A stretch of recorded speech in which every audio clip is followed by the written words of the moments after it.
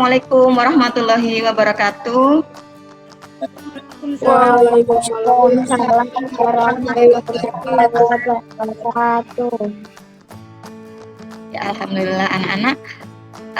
Apa kabar hari ini semuanya? Alhamdulillah baik. Alhamdulillah baik, Bu. Baik, Bu. Sehat semuanya ya? Ya. Ya, baik, alhamdulillah. Ya, baik, alhamdulillah. Anak-anak, tadi guru sudah cek link presensi, sudah ngisi presensi semuanya ya. Pertahankan kedisiplinan kalian sebelum kita mulai tatap maya. Anak-anak sudah mengisi presensi di Google Classroom. Baik, sebelum kita mulai belajar ya, mari kita berdoa terlebih dahulu. Putri, teman-temannya dipimpin dulu berdoa ya. Siap, Bu. Baik, teman-teman, kita memulai pelajaran, kita berdoa terlebih dahulu. Berdoa mulai. Berdoa selesai. Ya, baik. Alhamdulillah, anak-anak sudah berdoa. Semoga pembelajaran kita hari ini dapat berjalan lancar dan ilmu yang kalian pelajari hari ini dapat. Nah, anak-anak, untuk menambah semangat nasionalisme kita, mari kita nyanyikan sebuah lagu terlebih dahulu. Sudah terlihat lagunya? Sudah, Bu.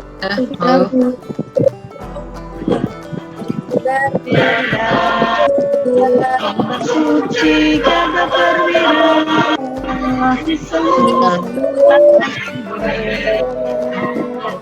setiap berani merah putih yang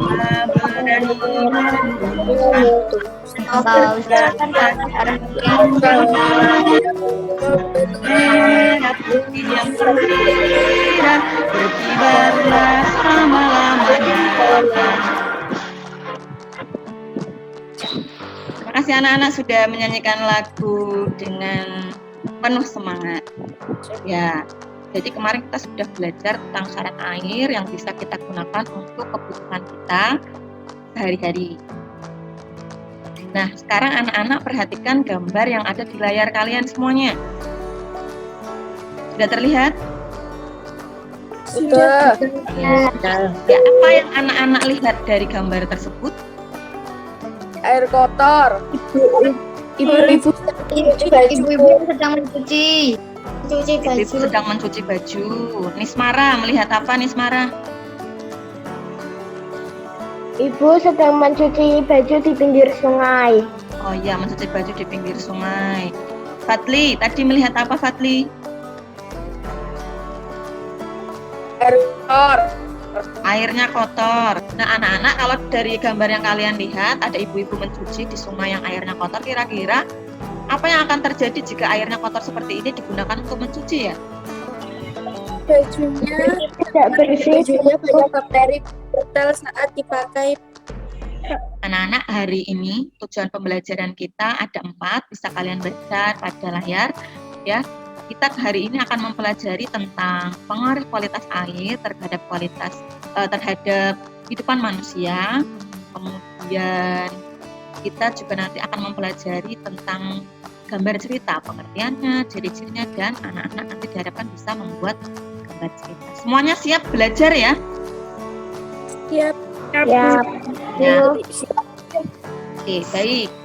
Karena anak sudah siap, maka sekarang kita mulai pembelajarannya. Di sini guru punya teks berjudul air untuk kebutuhan sehari-hari.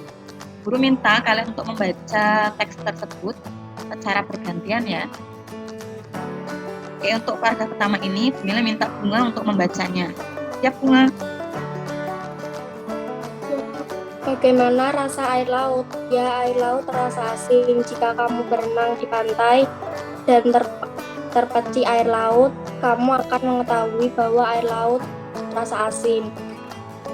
Persyaratan air bersih meliputi 3 komponen, yaitu persyaratan secara fisik, secara kimia, dan kandungan mikroba yang terdapat di dalamnya. Yang pertama, persyaratan secara fisik. A. Tidak beku, B. Tidak berwarna apapun, Dia tidak berasa apapun. 2.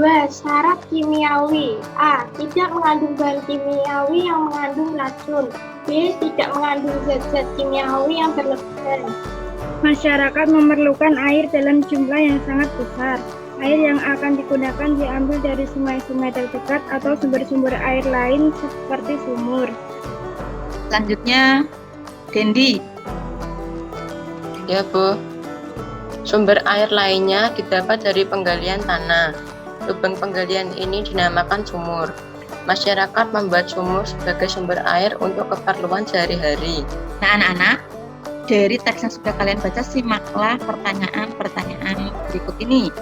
Yang pertama, berapa banyak air yang menutupi permukaan bumi? Yang kedua, bagaimana jenis air yang bisa dimanfaatkan untuk kehidupan sehari-hari? Yang ketiga, apa saja manfaat air dalam kehidupan kita? Yang keempat, apa saja syarat-syarat air bersih? Dan yang terakhir, mengapa air yang kita gunakan sehari-hari harus memiliki kualitas yang baik?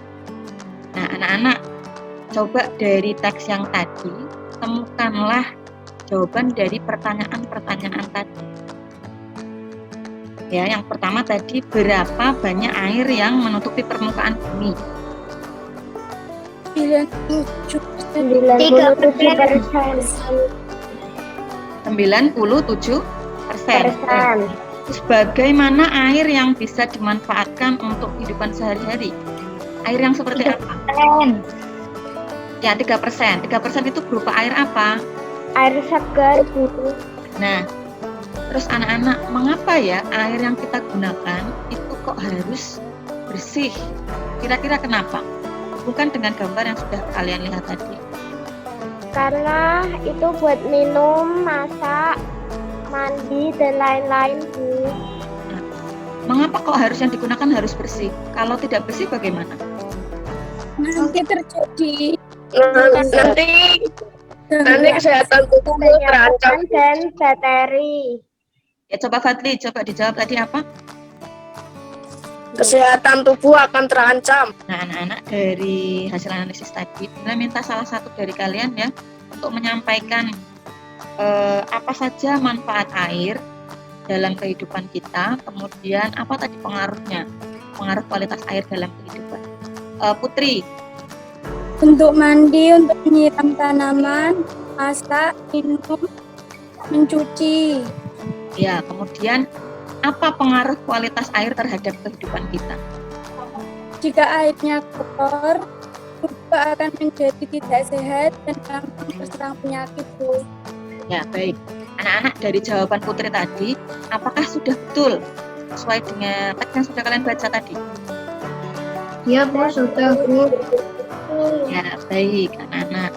Jadi tadi manfaat air itu sangat banyak ya. Kita tidak dapat hidup tanpa air. Nah, kualitas air itu sangat berpengaruh bagi kehidupan.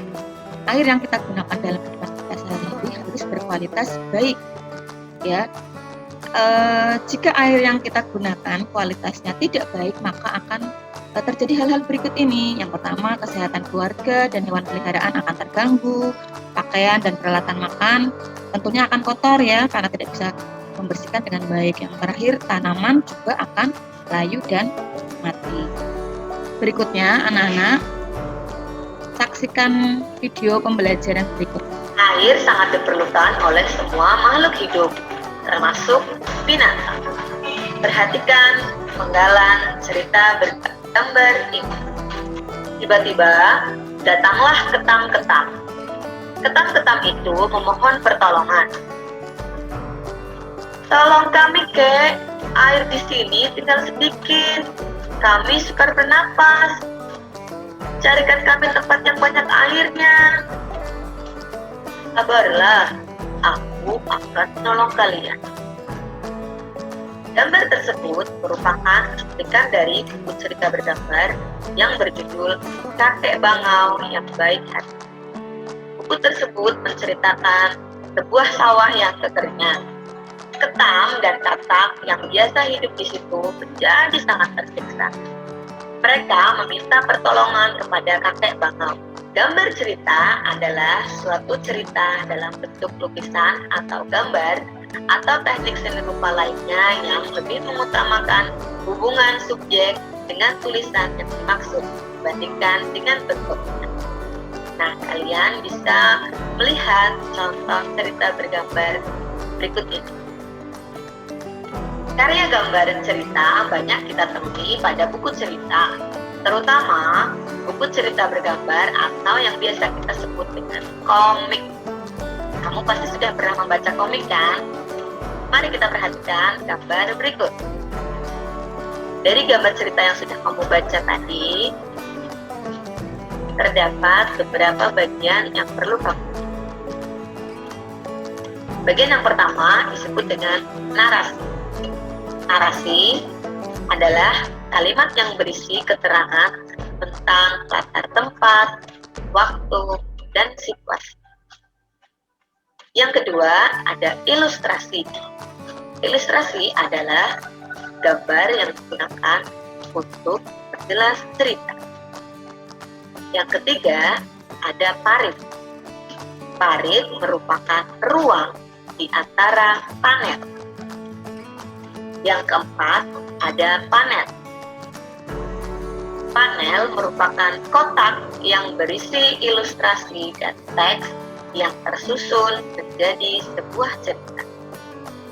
Dan yang terakhir ada balon kata. Apa itu balon kata? Balon kata merupakan tempat untuk meletakkan dialog atau narasi. Selanjutnya terdapat ciri-ciri karya gambar cerita. Yang pertama, memudahkan pembaca dalam memahami suatu penjelasan atau cerita. Yang kedua, memberikan gambaran singkat isi tulisan atau cerita yang disampaikan. Yang ketiga, menambah nilai keindahan sajian sebuah tulisan atau cerita. Menggambar cerita dapat dilakukan dengan teknik kering atau teknik basah. Teknik kering menggunakan media berupa pensil, arang, kapur, krayon, atau bahan lain yang tidak memerlukan air atau minyak. Sebaliknya, teknik basah menggunakan media berupa cat air, cat minyak, tinta, atau media lain yang memerlukan air atau minyak khusus sebagai pengecer. Baik, anak-anak, agar kalian lebih memahami pembelajaran tadi, ya, materi pembelajaran tadi, maka anak-anak nanti semuanya ya mengerjakan LKPD yang ada di Google Classroom. Linknya nanti ada di Google Classroom ya, bisa kalian buka. Kemudian dari pembelajaran hari ini, apa saja yang tadi sudah kita pelajari anak-anak? Tadi kita sudah tentang air, Bu. Tentang air dan manfaatnya. Betul sekali ya anak-anak. Jadi tadi kita sudah belajar tentang pengaruh air terhadap kehidupan manusia. Jadi manusia harus menggunakan air yang berkualitas baik untuk memenuhi kebutuhannya. Kemudian tadi juga kita sudah belajar tentang gambar cerita, yaitu gambar cerita adalah suatu cerita dalam bentuk gambar. Kemudian ciri-ciri gambar cerita yaitu memudahkan pembaca memahami suatu cerita, memberi gambaran singkat isi cerita, dan menambah nilai keindahan. Jangan lupa setelah ini kalian mengerjakan evaluasi. Linknya ada di Google Classroom ya. Jangan lupa nanti setelah masuk kalian bisa buka LKPD dan evaluasinya. Bagi anak-anak yang ingin mempelajari kembali materi pembelajaran hari ini, anak-anak juga bisa mengaksesnya melalui AnyClip. Linknya sudah guru bagikan juga di Google Classroom. Pada pertemuan selanjutnya nanti kita akan belajar tentang pengaruh kegiatan ekonomi terhadap kesejahteraan masyarakat. Dan anak-anak, karena kondisi di kota Semarang ini ya COVID-nya masih bertambah semakin tinggi, jangan lupa anak-anak harus patuhi protokol kesehatan. Siap? Bisa? Bisa, Bu. Iya, anak-anak pintar. Terima kasih banyak anak-anak hari ini sudah belajar dengan semangat hebat semuanya. Jangan sampai semangat belajar kalian terus turun hanya karena belajarnya turun. Oke anak-anak, hari ini pembelajaran sudah usai. Kita tutup pembelajarannya dengan berdoa. Putri, teman-temannya dipimpin berdoa terlebih dahulu ya. Siap. Mari teman-teman, kita pakai pelajaran, kita berdoa terlebih dahulu. Mulai. Berdoa selesai. Ya, baik. Terima kasih banyak anak-anak. Semoga pembelajaran hari ini bermanfaat untuk kalian semuanya. Wassalamualaikum warahmatullahi wabarakatuh. Waalaikumsalam warahmatullahi wabarakatuh.